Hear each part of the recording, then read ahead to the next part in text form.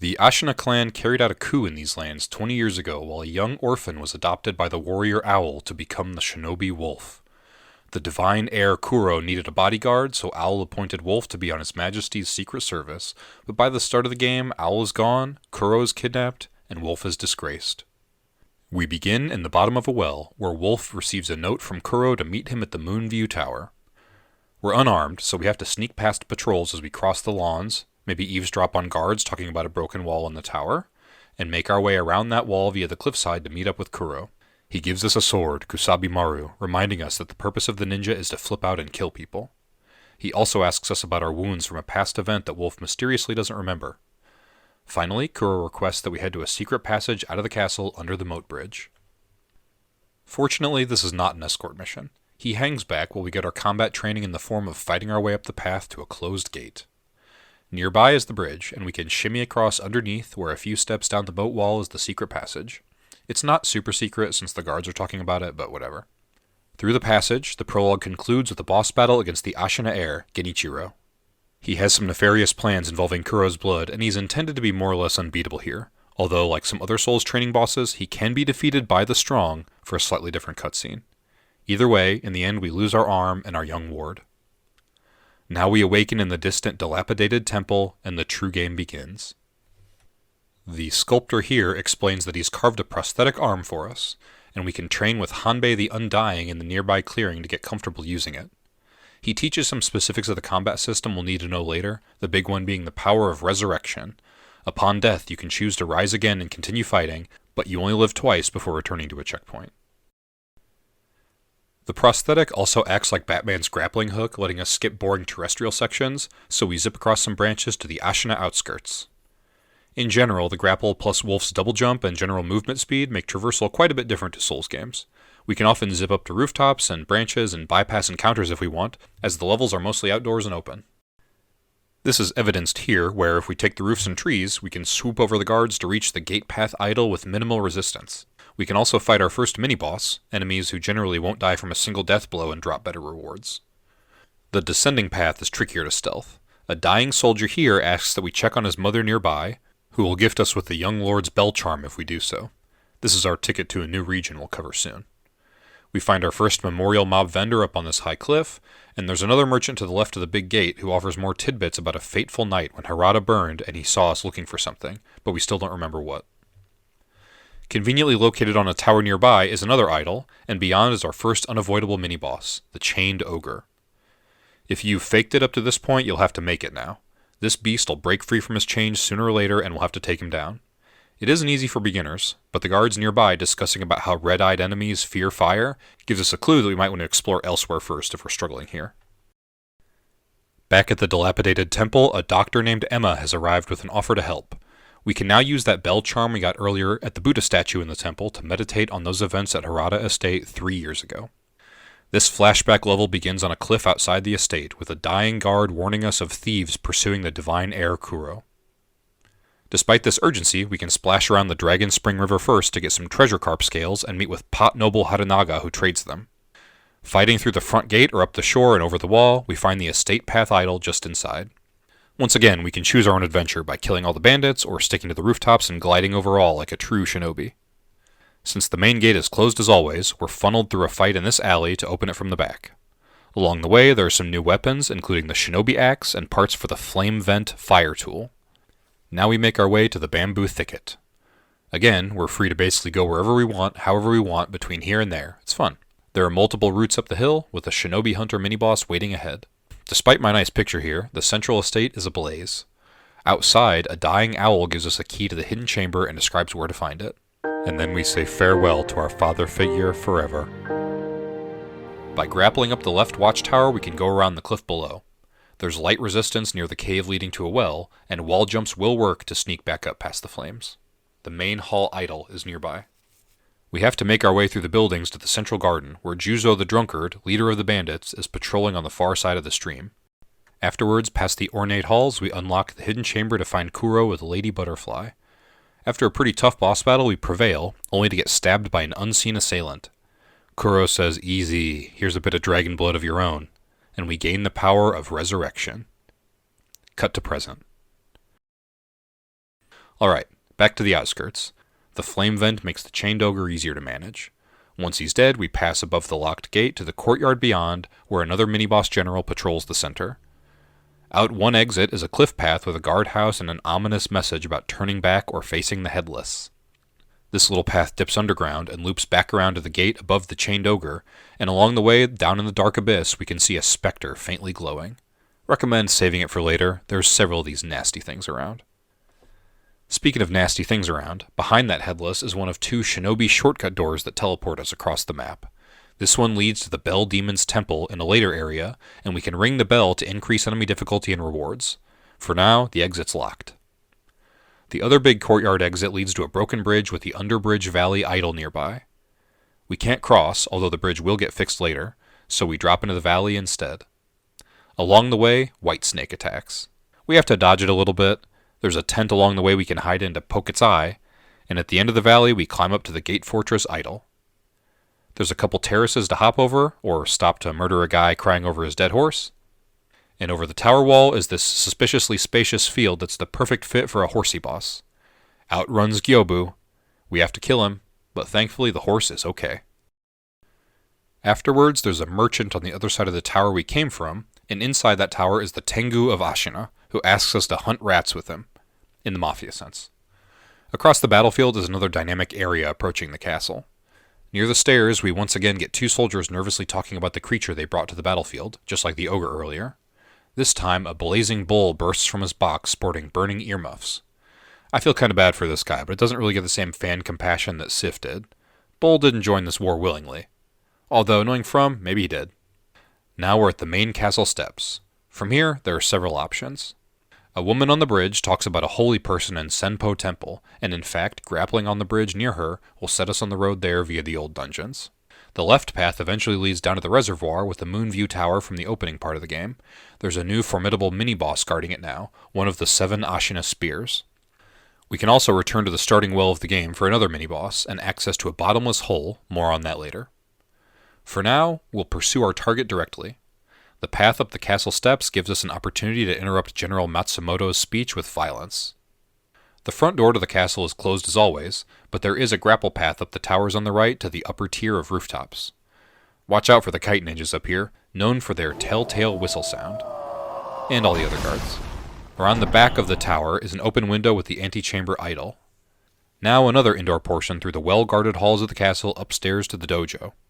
Past the dojo is a seemingly required fight with an Ashina elite mini-boss, but he can be avoided through a breakable wall below as we continue upstairs. At the top of the upper tower lookout is Kuro, a big ol' stage and a rematch with Genichiro Aponst, including a bonus lightning round. Thus concludes the game's first act, and now it's story time. Emma reveals that she works for Genichiro's grandpa Ishin, the king of the castle. Kuro asks for help in severing our shared immortality, and he says we need dragon tears from the divine realm beyond the Fountainhead Palace to do so. Sounds easy enough. He suggests we ask Ishin about it, who's convalescing in this watchtower marked with purple smoke. He explains that we'll also need the mortal blade from the sealed Senpou temple we heard about from Bridge Lady earlier. Add that to the list. Finally, if we go back to Kuro with this information, he will eventually talk about his predecessor Lord Takeru being wrapped in the aroma of the Fountainhead, and that it involves finding a flower where the waters pool deeply, specifically the Sunken Valley below a shrine dedicated to Whitesnake at the rear of the castle. He'll give us a Gunfort shrine key for that direction, too. Okay, blade, flower. Whichever treasure we pursue, we're descending into the lowlands. Obviously, the mortal blade sounds coolest, so let's head to Senpou Temple first. From Bridge Lady, we can hop over a branch and cross a bridge to the abandoned dungeons. The upper tunnels have scattered enemies and broken beams, and an easily missed hole to another cavern with a fearsome Shichiman warrior. Like the Headless, these guys require some special sauce. We'll come at this purple guy from another direction later. Further down the tunnel, past the underground waterway idol, is an underground waterway, with a wooden lift contraption at the far end. We now arrive at Senpou Temple, where the local scholars delved too deep, seeking eternal life and made Buddha very sad. Near the start is a kite contraption down the cliffs to take note of for a side quest later. In the other direction is a trail leading up to a foreboding temple. The entrance is in the ceiling of the front porch. Around back is a big tree to climb on, and a cave leading to the Shugendo idol on the cliffs. From here we make our way down to the Bell Demon's temple from earlier, only now we can unbar the exit, Inside is the shinobi door to fight that headless in the outskirts. Up from the bell is a battle on the big bridge against the armored warrior within. We gotta knock him out, literally. Beyond is the temple grounds with some more rafters to crawl around and a long-armed centipede mini-boss in the lower temple. Up the path, we fight across another spacious porch to the main hall idol. In here, assuming we've talked to Ishin at the castle and he's told us about the mortal blade, we can ring a bell to enter the dreamlike Hall of Illusion and fight the folding screen monkeys. Afterwards, we get the Puppeteer Ninjutsu, a pretty interesting ability to make slain enemies do our bidding for a short while after death, useful for a couple puzzles. We're then taken to the inner sanctum to find the Divine Child of Rejuvenation, blasphemous version. Then the kid watches us pull out the mortal blade and die. Oh yeah.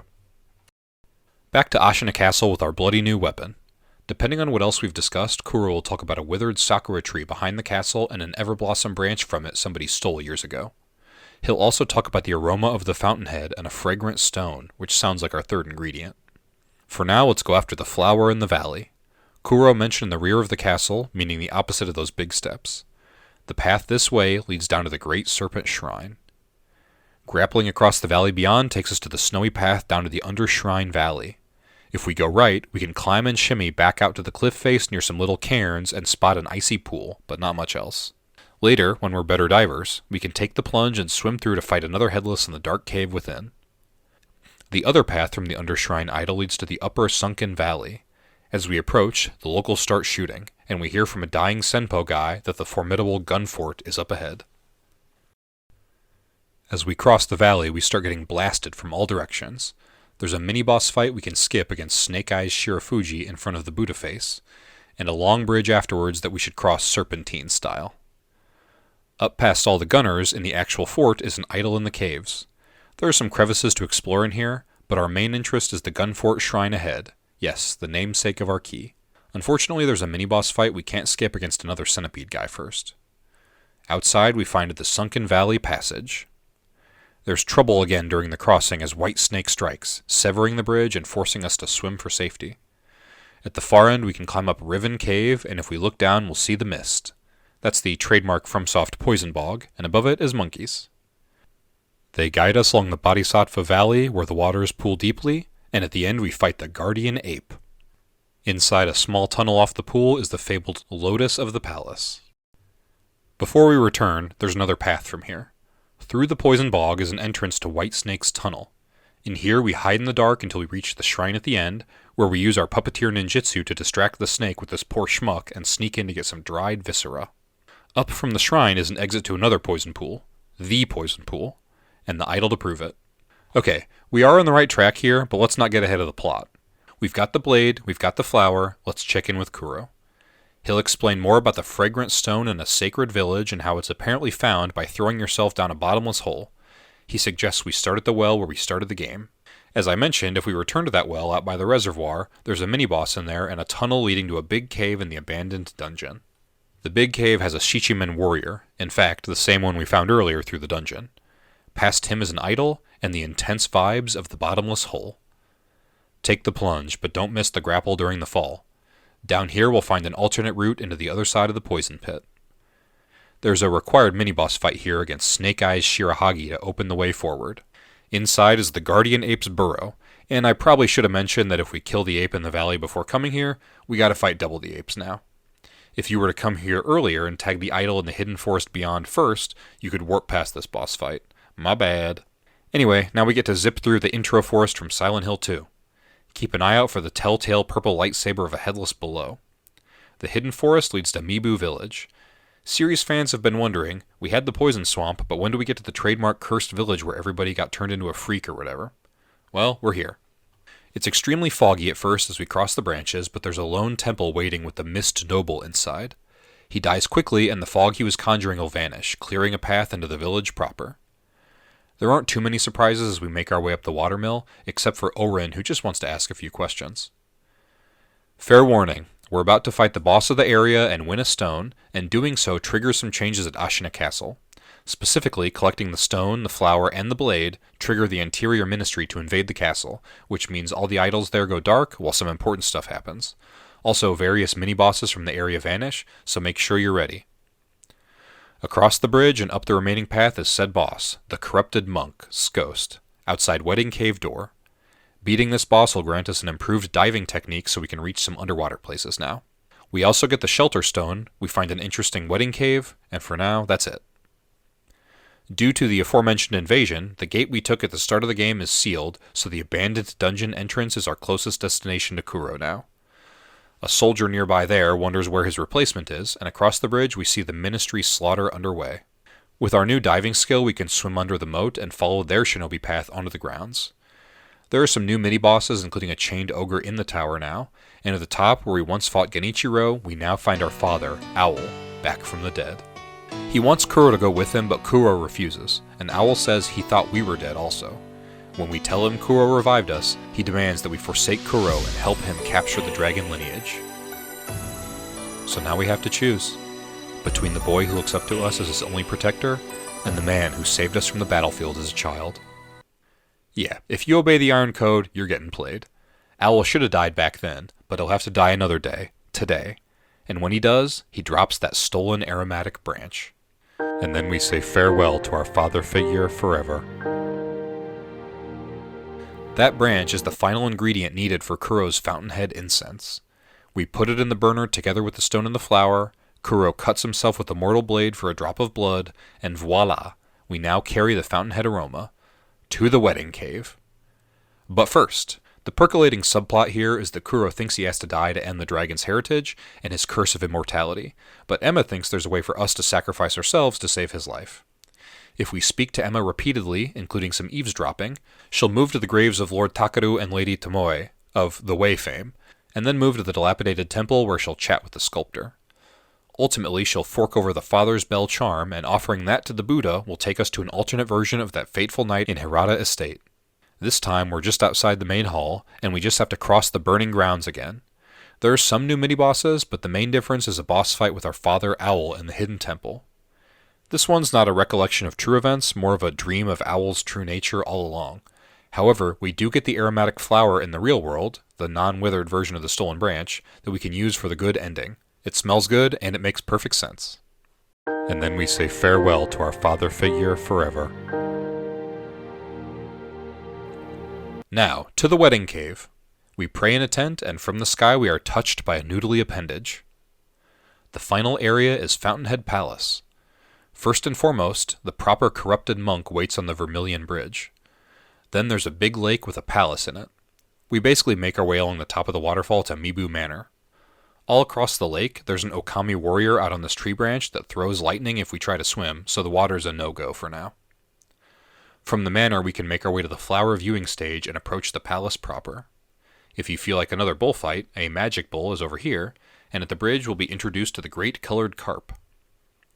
We can explore all around the upper area and find the Great Sakura Idol and kill the Lightning Ninja, but the main gate is shut as always. The route to the palace grounds is through an underwater cave around the side with some carp en route, and a headless hiding deep in the lake. Doubling back out from here leads to the feeding ground idol where we can give bait to the great carp so it's easier to swim around his territory. Otherwise, it's now time to ascend the mountain and pray at the sanctuary. A majestic battle with the divine dragon in the skies. While chasing the dragon, we parry the dragon's thunderballs and eventually win a gracious gift of tears. We now enter the endgame, but first there's one more optional boss we can fight. The invaders have repaired the bridge between the castle and the outskirts, so we can cross and backtrack all the way up the path and around to the field where we once fought Gyobu. Here now is the sculptor's final form, the Demon of Hatred, straight from a Dark Souls game. Then we go back through the secret passage and fight Genichiro again, and it's just like the start of the game, except now he's all burned up, and we win, and he kills himself, and Sword Saint Ishin claws up from the afterlife through his cut neck wound and challenges us on behalf of his dead grandson. And now the ending. In the easiest Immortal Severance ending, we live and let Kuro die. We're the new sculptor. If we took the time to get the aromatic flower from the Hirata's second flashback, we can sacrifice ourselves so Kuro lives. For the hardest Dragon Homecoming ending, we have to do a rice trading sequence with the Senpou Divine Child and Kuro and find a pair of holy chapters. We'll need the dried serpent viscera from that cave shrine, and we'll need to use our puppet ninjutsu in Senpou so this guy extends the kite, giving us a path back to the Sunken Valley passage where we can kill White Snake from above, provided he already broke the bridge. That yields fresh serpent viscera, and with that, we can get the frozen tears from the Divine Child, and now everyone can more or less survive the ending and depart on a journey to the west. Finally, for the punks, staying loyal to Owl at the game's halfway point means the game ends then and there. Emma comes up the stairs and declares we are becoming Shura, and she'll kill us. But we say to Emma, Doctor, no. Then we kill Ishin in an alternate final boss, an owl for good measure in a cutscene, and we become Shura, the demon. There's a cool costume we get for it, though. That's cool. Overall, this game's pretty easily dissected. We start going from the outskirts to the tower. The chained ogre waits along the path, and Gyobu is the expected first proper boss, but since we get the Hirata bell along the way, we could go kill Lady Butterfly first instead. At the castle entrance is the Blazing Bowl, and from here the game is wide open, although it might not seem like it. We can use the well to find the Bottomless Hole, and from there proceed all the way up to the Corrupted Monk and the stone in the Wedding Cave. We can head straight to Senpou and clear most of the area, but the monkeys and Mortal Blade cannot be reached until talking to Ishin after Genichiro. We can clear the Sunken Valley up to the gun fort, but the gate won't open until Kuro gives us the key after defeating Genichiro. And we can proceed to Genichiro and kill him. After him, we get the clearance for the monkeys and the blade, and we can unlock the fort to kill the ape and get the lotus. With lotus, blade, and stone, we have the chance to either end the game or fight Owl. Then we head to the Fountainhead Temple and the monk and divine dragon there, and optionally fight Owl in the Hirata flashback and the Demon of Hatred before the end of the game.